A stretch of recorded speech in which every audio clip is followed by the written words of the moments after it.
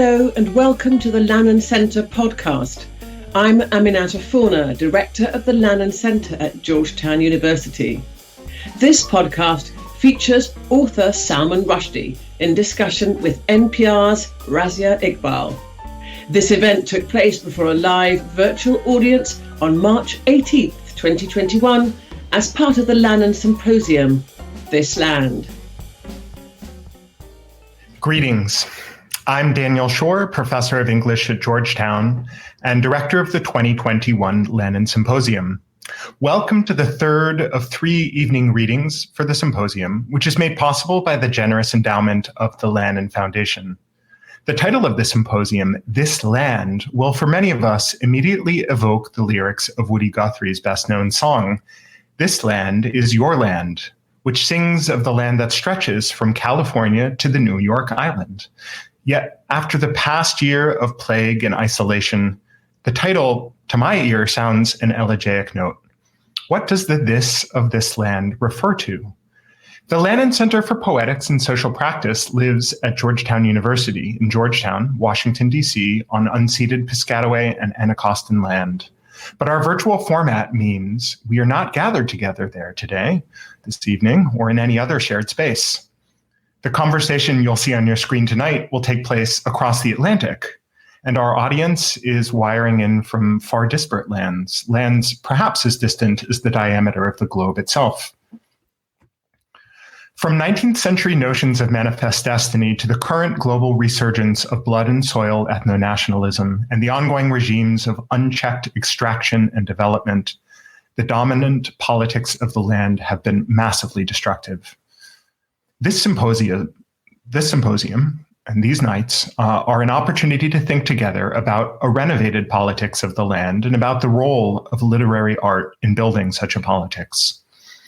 Over these 3 days, we are privileged to hear from some of our best and most powerful poets and storytellers, truth tellers who, as in the case of our speaker this evening, lay bare the violent pathologies of nativism and bigotry, and who use fiction to understand that the cities in which we live are always ghosted by the invisible cities of the mind.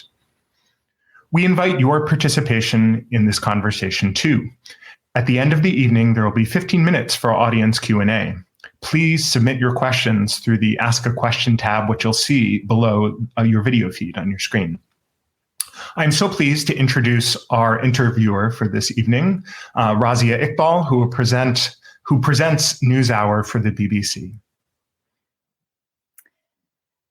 Dan, thank you very much indeed. And a very warm welcome from me to all of you joining us tonight. And just a nod to how sorry I am that we are not all physically together in person.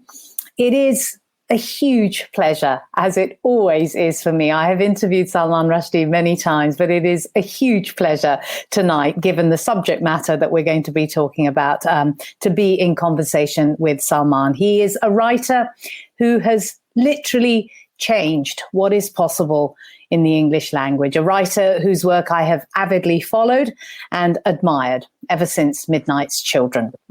16 novels to his name, 5 books of non-fiction, and he is a public intellectual par excellence.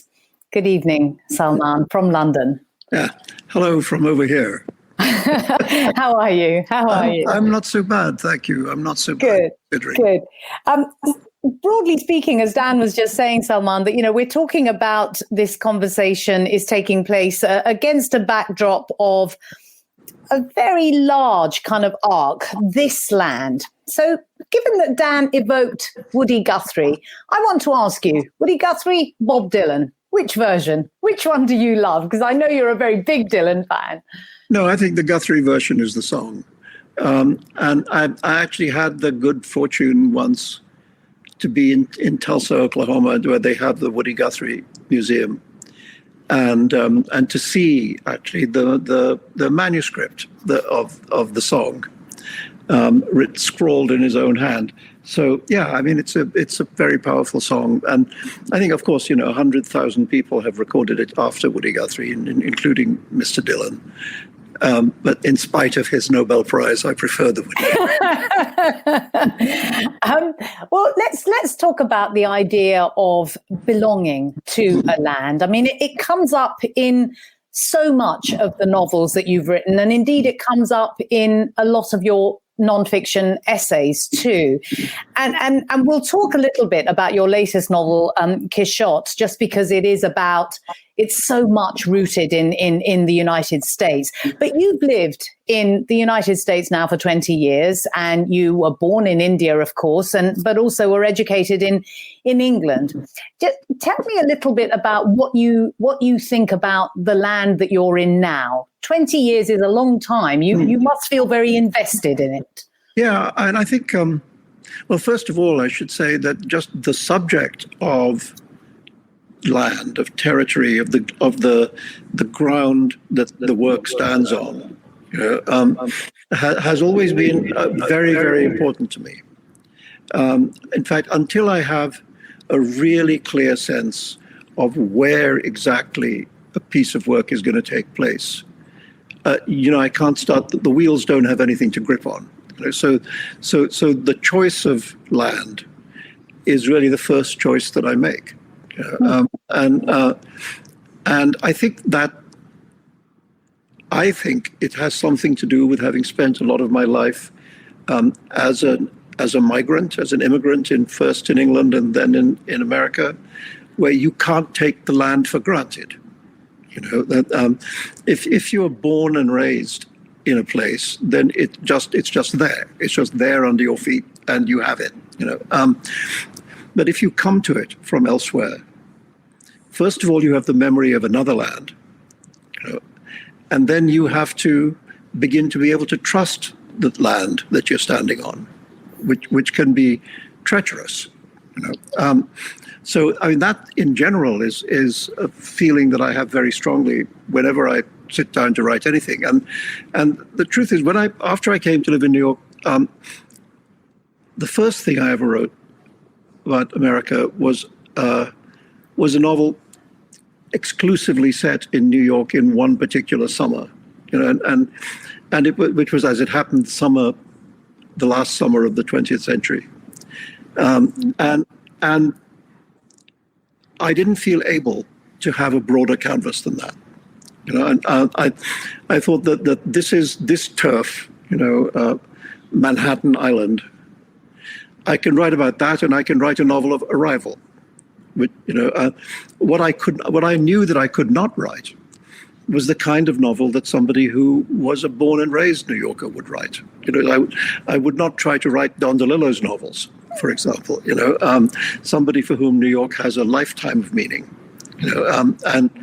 But one of the stories of New York is the story of arrival. People arrive there all the time, and the story of people coming to New York City to reinvent themselves is, from Gatsby onwards, is one of the great American stories. So I felt I could write that novel. But by the time I got to Quixote 20 years later, I'd spent a long time in America, and I traveled very widely in it. And I finally thought I had the guts, really, or the nerve, to try something which had a more panoramic feeling, and something which could try to have a kind of widescreen view of America rather than a narrow view.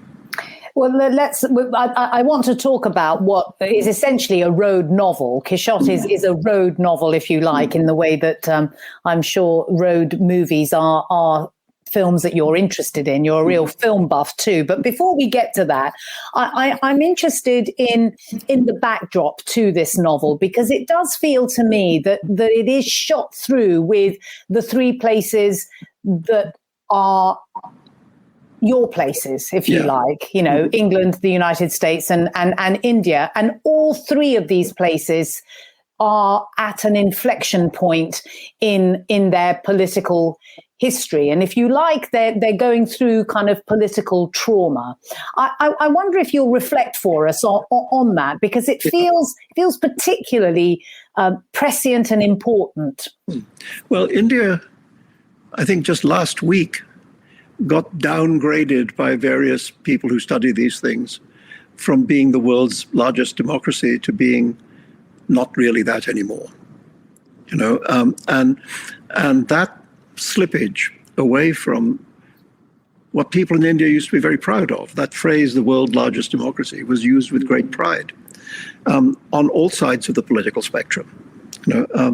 And to see that slippage is very sad. And England, I was not a Brexiteer, I'm still not, and I fear that the worst may lie ahead in terms of the consequences of that decision, which was a decision. The thing it had in common, in a way, with what happened in America in 2016 was the fact that it was a vote against the metropolitan elite. In the UK, not even the UK, but in England, because really Scotland didn't want anything to do with Brexit and just got dragged into it. But in England, it was like as if it was the countryside and the small towns voting against the big cities.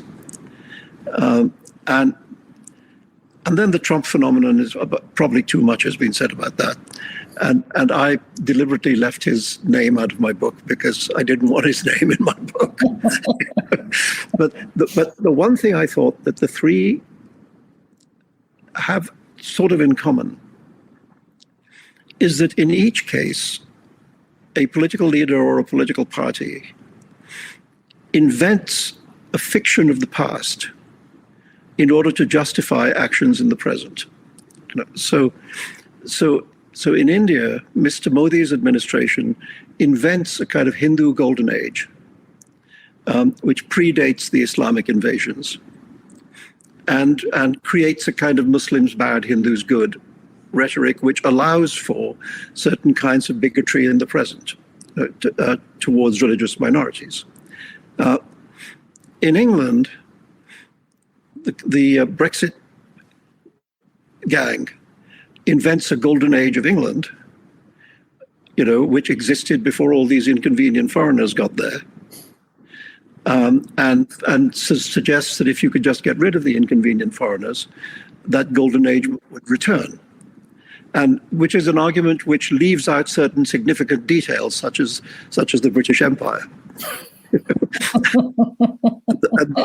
that the fact that this moment of England's precedence and glory was based on the exploitation of more than a quarter of the planet. Again, a golden age myth used to justify actions now. And here, when I saw those red hats encouraging us to make America great again, I wanted to know when that was that it was great. What was the date? Was it, for example, when there was still slavery? Was it before women had the vote?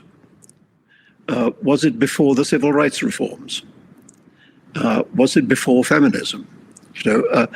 I think we should be told the date that we're trying to return. But of course, you can't be, because the point about the golden age is that it's a myth. But you create that myth in order to justify actions in the present day, and I think all three places that happened in variant forms. Well, let's talk about the foundational myths of the United States, because what you're saying is that they were not true, and that there is somehow this line that is the fault line of how America talks about itself to itself, as well as what it sells of itself to the rest of the world. Yeah, well, look, there are things about this country that I admire very much, and one of those things is the First Amendment. One of the reasons why people like me chose to come and make their lives in New York City was because of things like the First Amendment, and the myth of American exceptionalism. The New Jerusalem, the city on a hill, is based on the idea that this country strives to be good. It strives to be good, and it strives to offer the world a vision of goodness. And And I mean, there's an idealism in that I respond very well positively to, but there are the foundational crimes of America, I mean, they're the two crimes, one of which is slavery and the other of which is the extermination of the original population. And that's never really been fully discussed or expiated. And so it's a problem. I want to explore this a little bit further, because there is, we were talking this afternoon at a session that I chaired with conflict resolution activists, I guess, Monica McWilliams and Ibrahim Rasool and Sasha Hemon and Elif Shafak. We were talking about the notion of going beyond identity, and the idea of America being great came up time and again. And I wonder what you made of the single thing that is a specter now over the United States. Did America stop being great, if you buy that myth, on January the 6th? Was that a moment where people felt let down, deeply disturbed? Well, it was astonishingly traumatic. And I think all of us who sat glued to our televisions watching something which we would have believed to be impossible taking place, while the then President of the United States sat on his hands and did nothing, except occasionally to tell the insurrectionists, the insurgents, that they were good people whom he loved. I think it was a kind of national trauma. But I don't believe that's when, yes, of course, it's an important point. To my mind, the election of Donald Trump was a much more serious moment, which nobody expected, including Donald Trump, I think. That was a moment which I would not have believed to have been possible. And I was wrong. So I have to tell you, I'm wrong about all these things. I didn't believe that Brexit would happen, and it did. I didn't believe that Trump would be elected, and he was. So, don't ask me. So is that because you are just a perennial optimist, that you just think that trauma isn't imminent? Yeah, I do think, one of the reasons why the character in the novel by Mike Quichotte is this sort of comical optimist, who believes he can acquire the love of this woman who is absolutely unattainable to him. But a daytime TV show host, yeah. Yeah, exactly, Razia. So you'd know all about this. But he still believes that love will find a way, and as he meets people traveling across America, he relentlessly tries to see the best in them. He tries to see the good in them, even when it's not very obviously there, and I think his optimism is, in a way, me sending up mine, because I get accused of it, of being optimistic when there doesn't seem to be much grounds for optimism, and I just think that the worst doesn't always happen. Sometimes it does, but it doesn't. It's not always forever. And one of the things I remember learning from the study of history, which was my university subject, is that history doesn't run on tram lines.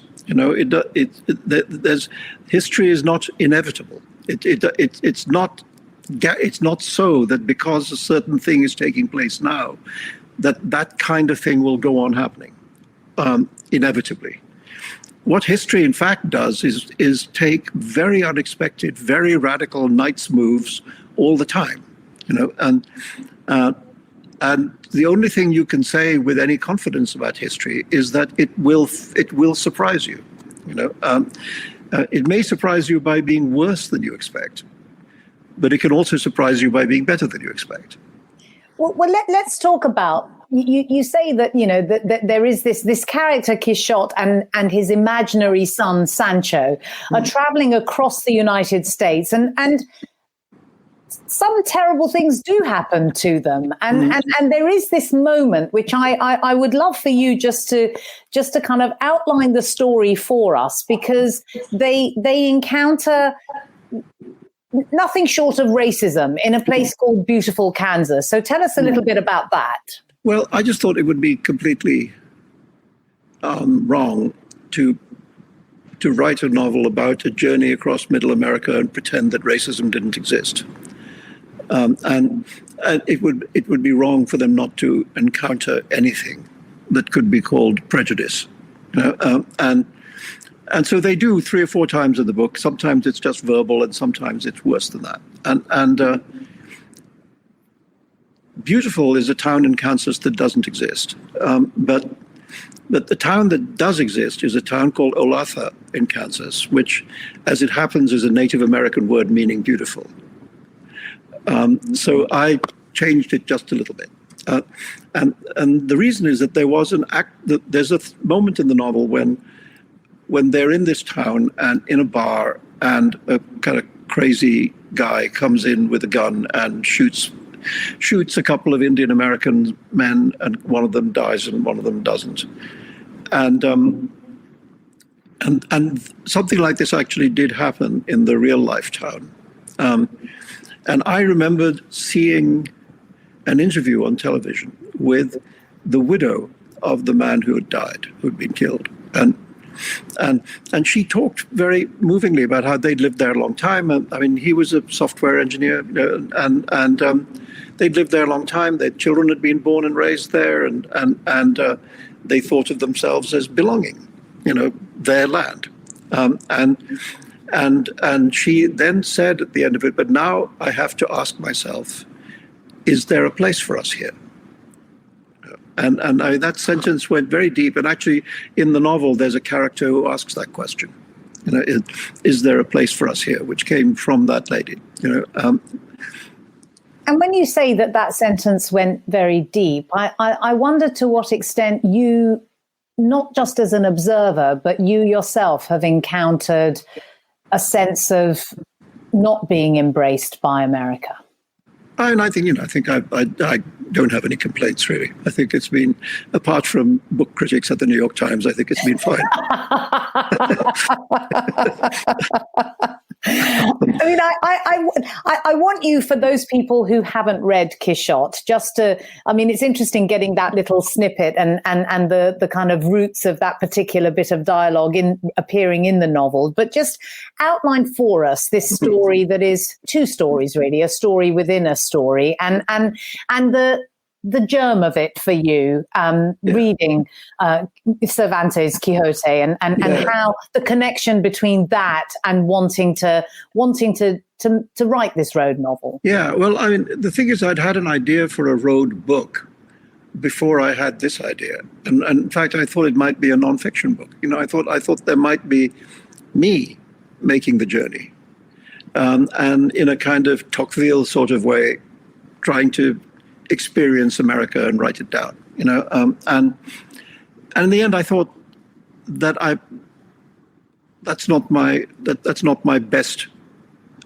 game, and I didn't want to give up the possibility of imagination, and so I thought I'll imagine it rather than make the road trip. But so it's on the one hand that it's a journey across America. It's about a retired traveling salesman in the pharmaceutical business who has no child and longs for a child. And so, not unlike the woodcarver Geppetto in Pinocchio, he invents a child, dreams up a child just by the force of his need.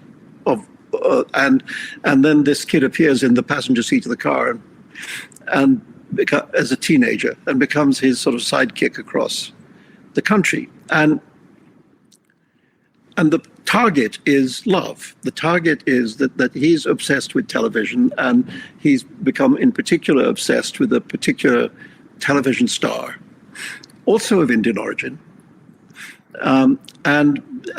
believes that he's going to make a journey which is not just, as he tries to explain to his son, it's not just a physical journey. It's also, if you like, a journey of the soul. He believes that he has to become a better person in order to be worthy of the beloved. So he seeks, as he goes across the country, to set himself tasks of self-improvement. He has to become better in order to be worthy of her. So that's happening, and it has a somewhat unexpected ending, which I won't spoil. And I thought for a long time that was the book, that was going to be the book. And then this other very strange thing happened to me very unexpectedly, which is I started writing a second narrative, which was about an imaginary author who was writing the first narrative, and who had a life with difficulties which were mirrored in the story he was making up. So he had a difficulty with a sister, he had a difficulty with a son, and variations of that happen in the Quichotte story. And to tell you the truth, I've always somewhat disapproved of metafiction. I've always sort of thought, don't tell me a story about somebody telling a story about someone. Just tell me the story. And then I found myself doing it, slightly shockingly. And then I thought, okay, well, now that it's showed up, let me see what there is here, if there is anything. And I gave myself permission, if I didn't like it, to take the whole thing out, and not have it there. But then I discovered what I liked about it was that the two storylines, although they echoed each other, didn't go in exactly the same direction. Different things happened in the relationships that sort of mirrored each other, but not quite. And I liked that it was a way for me to say something about the nature of the active imagination, about how it can begin with personal experience. It can begin with something that has happened to the author, or is happening to the author, that they want to express. But once it ends up as a work on the page, it's not like that anymore. It's something has happened to it, and that journey from personal experience to the page is what I would call the active imagination. And that's the creative act. And so it allowed me to say something about that. You make an extraordinary case for the story in a kind of collected book of your essays, which is about to come out, called Languages of Truth. And it's essays that you've written over a period of time, 17 years, 2003 to 2020. And it's interesting because you set out by saying, we live in the age of nonfiction, and then you make this incredibly strong case for giving yourself the permission to dream, because we are creatures who dream. And I wonder if you will make that case for us now, the centrality for you of telling stories that are made up. Yeah, well, I mean, the stories that I think stories can be central, whether they're made up or not made up. That's to say, just the act of story. We are a narrative creature. We understand ourselves by narrating ourselves, and we always have. And this is nothing to do with being a professional writer or a professional reader.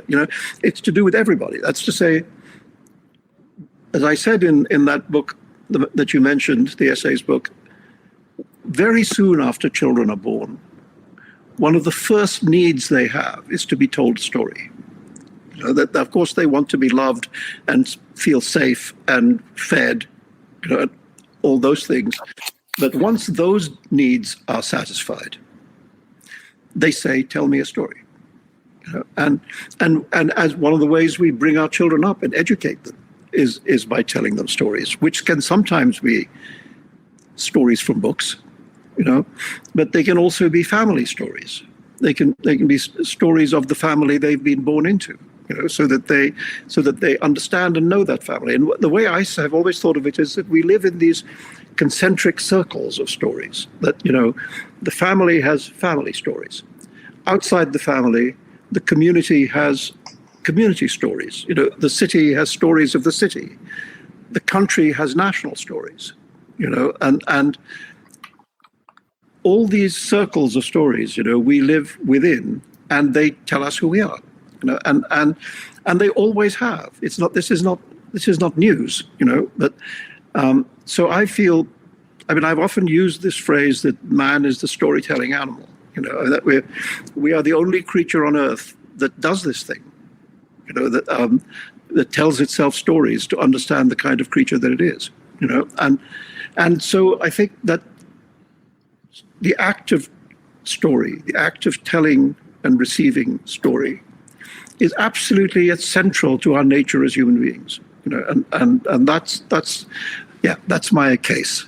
And if the national story that the United States is telling itself has, over the last 4 years, been rooted in a challenge to the very notion of truth, because you can argue that stories that are made up have innately in them human truths that are as real as the true story that we see, unfolding before our eyes. But I wonder about that relationship then between the national story that a country tells itself when so much is where the rug of truth is kind of pulled from beneath its feet. Yeah.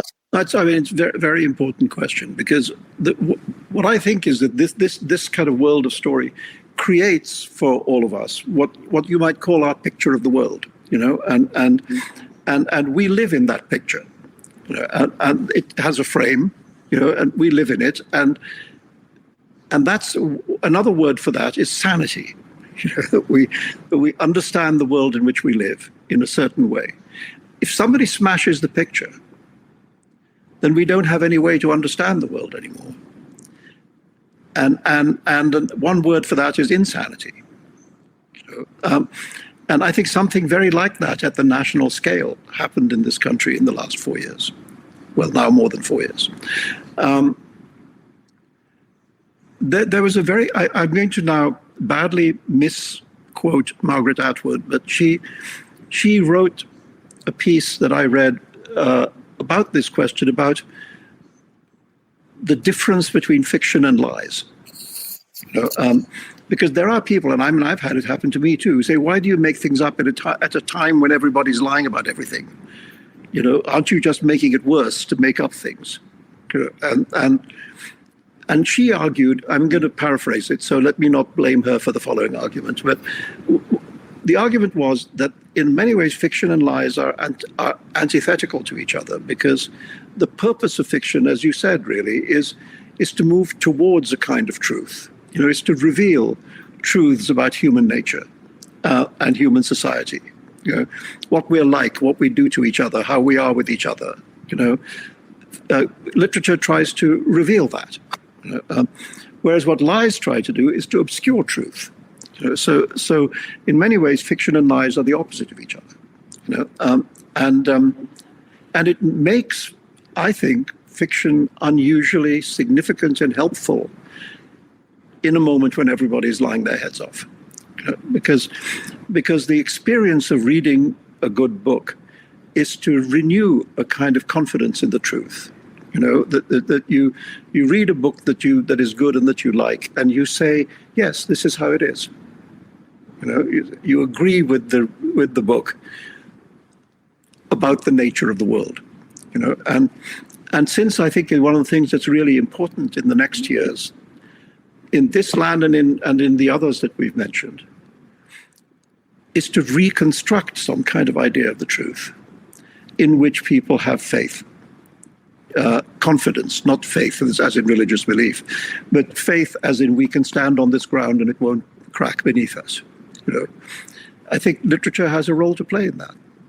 And when you say literature has a role to play in that, amongst a certain section of society, that's very true. But if you're talking about those people who have been very willing to and complicit in living in that world of the lies, I wonder how you persuade them, because we're talking about 74 million people who voted for Trump in the last election. So yeah, and 81 million people who voted against him. Sure, and those people are happy that they are attempting to move on, but the discontent amongst those 74 million will still define the stories that the country tells itself. Surely. Yeah, first of all, I don't believe that those 74 million were all Trump voters. I agree that they were Republican voters.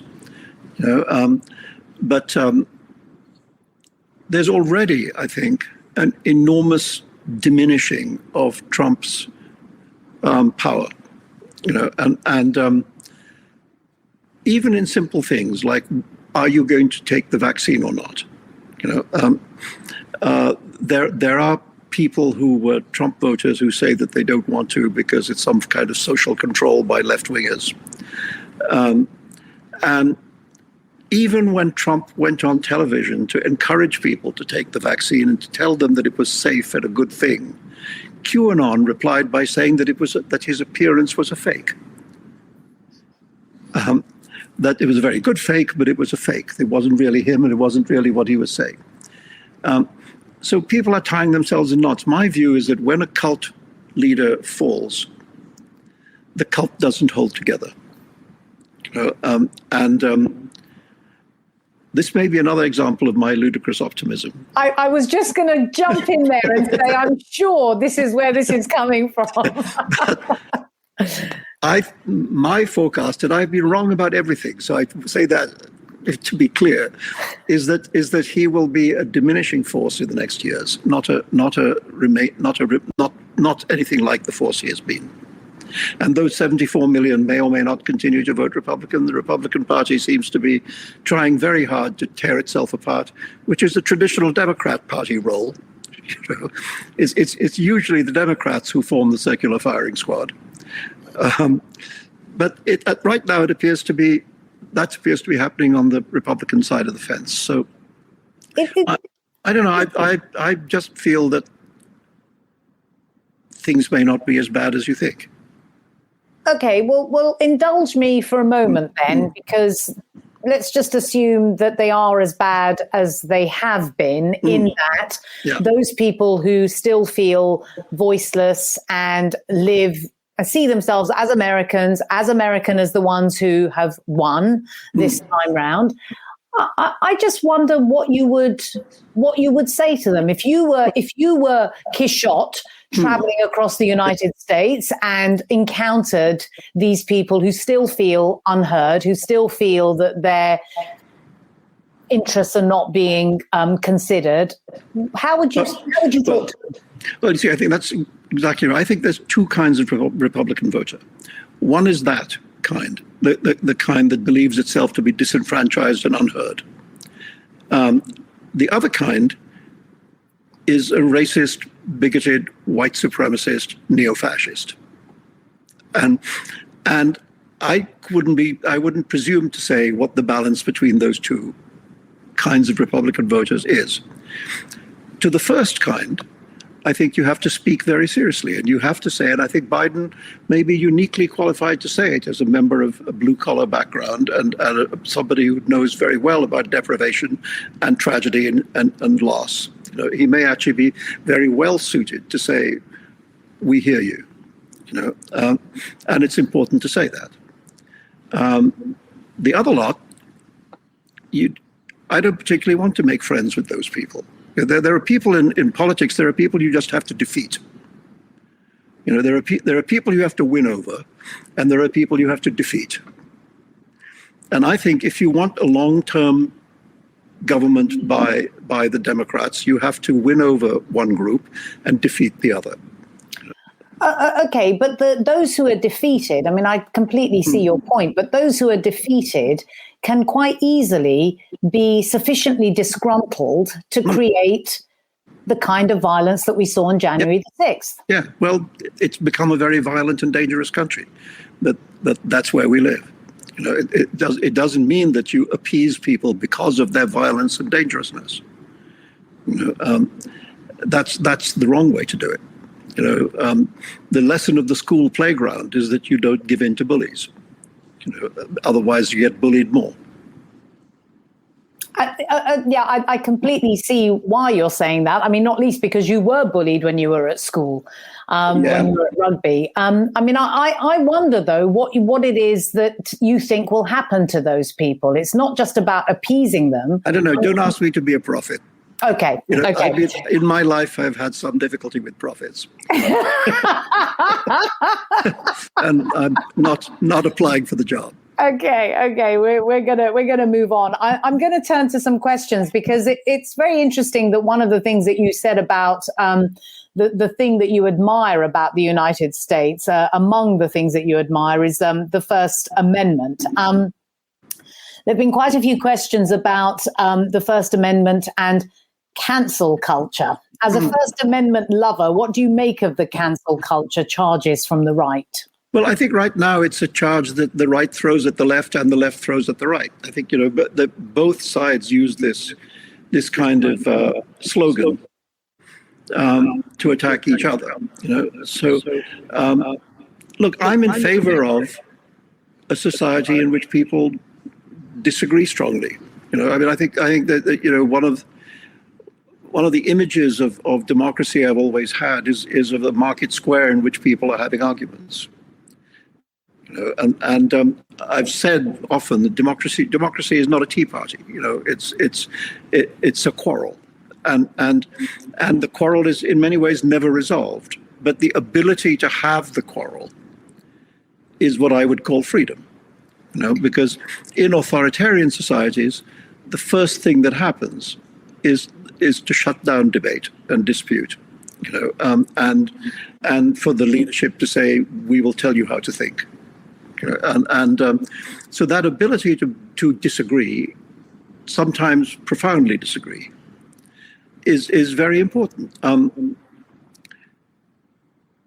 What I think is this: that for example, in the world of books, there's an argument about appropriation and who can tell whose story, and etc. And I believe very profoundly that everybody can tell everyone's story. That you can't ring fence stories, otherwise none of us can tell any stories. If the only stories we can tell are the stories of what happened to us, then literature dies. Having said that, that doesn't give you the license to do it badly. So if you want to, as I think many serious writers would want to, write from outside, not only from their own personal experience, but from a larger understanding of society. It's your business to get that right. It's your business to go out of the little room into the larger world and find stuff out.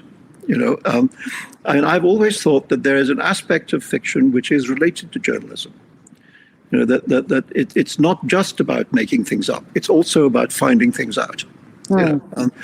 So, for example, in Quichotte, when I wrote about the opioid crisis, I tried very hard to find out a lot about that, before writing about it.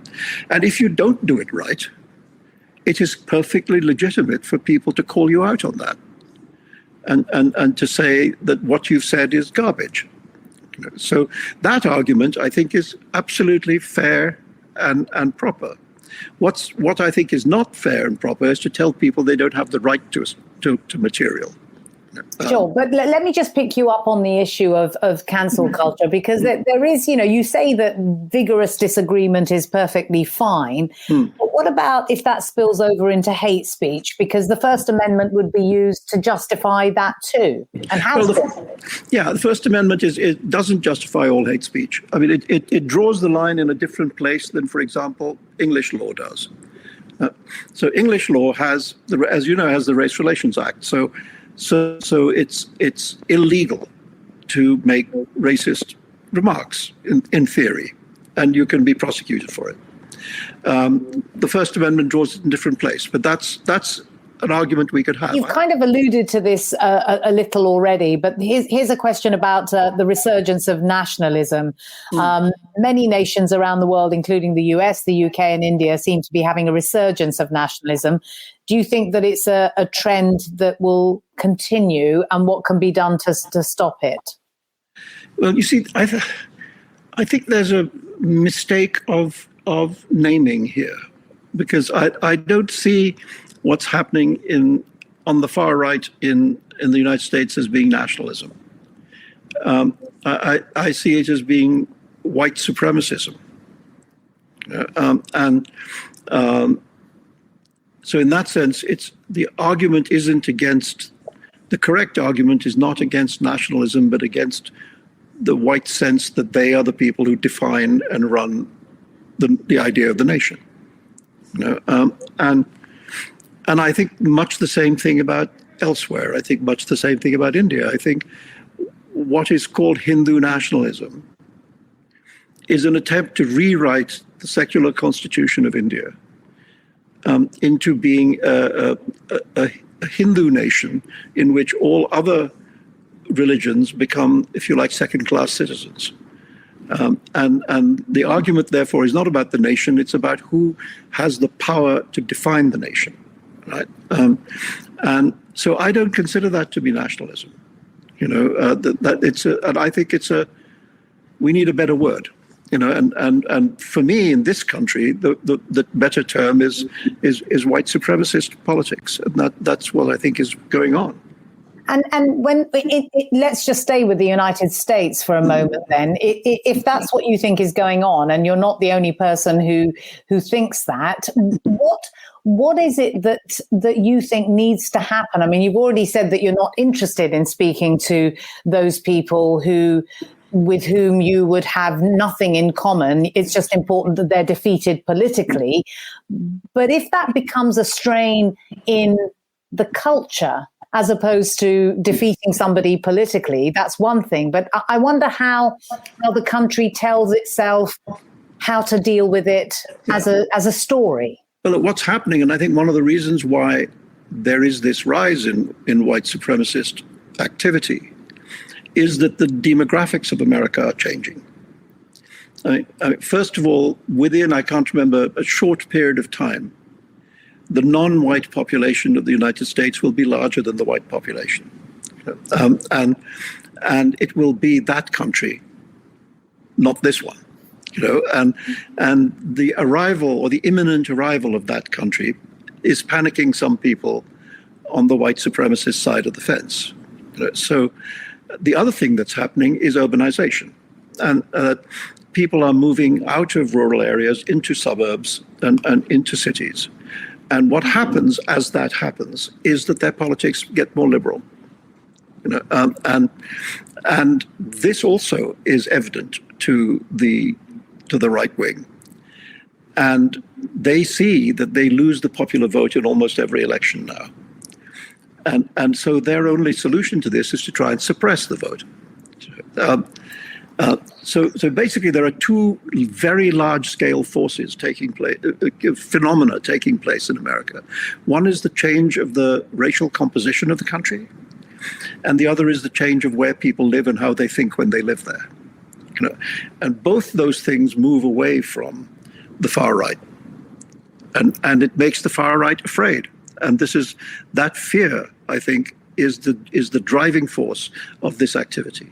The suppression of the voting, though, is a pretty serious movement that is kind of happening by stealth in many states, and I wonder about that being something that not that many people know about, care about, and not even are engaged with, and that feels like it's something that is likely to shape the way in which voting goes in the United States. Very likely unless Congress is able to act.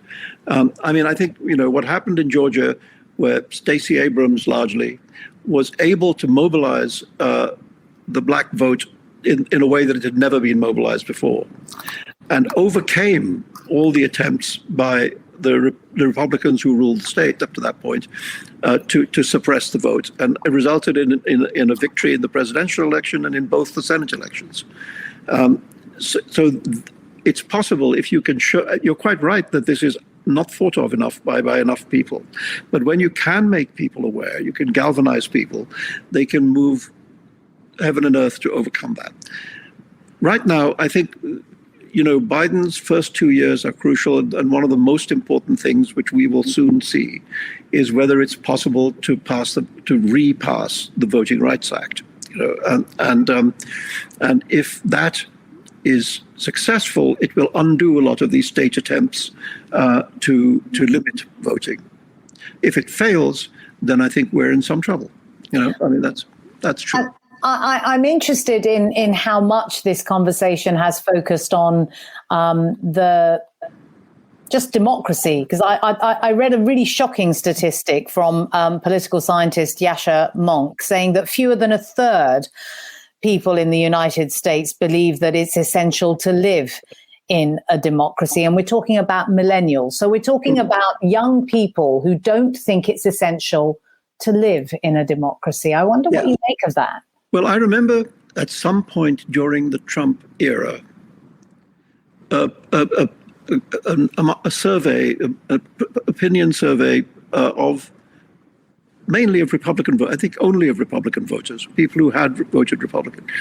And some very significant majority, I can't remember the exact number, but like 60% approximately of Republican voters said that they thought universities were bad for the United States. So, this idea that education is a problem, that militates against the best interests of the country, is you can imagine something that worries me and should worry everybody at that end of the television screen or the computer. I do think there's a big educational issue here, and in a lot of schools now, there is no longer civics education. People are not taught at an early age what it is to be a citizen, what citizenship means, what its values are, what its responsibilities are, and why it is so important.